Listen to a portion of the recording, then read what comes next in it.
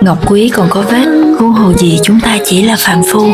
Không một ai nhận được ưu ái để quay lại quá khứ mà sửa chữa lỗi lầm. Nhưng cuộc đời lại công bằng cho chúng ta hôm nay cơ hội để thay đổi và sống khác đi. Kiếp này được mang thân người đã là một đặc ân, nên chỉ cần là bạn còn thở thì đều có thể tiếp tục để phấn đấu. Bạn không cần nhìn vào cuộc đời của bất kỳ ai cả. Bạn chỉ cần chiến thắng chính bạn của ngày hôm qua là được. Sinh một kiếp quá khổ đau, kiếp sau chẳng ghé lại đâu. Thà là áng mây hồng cho gió đưa mãi về đâu.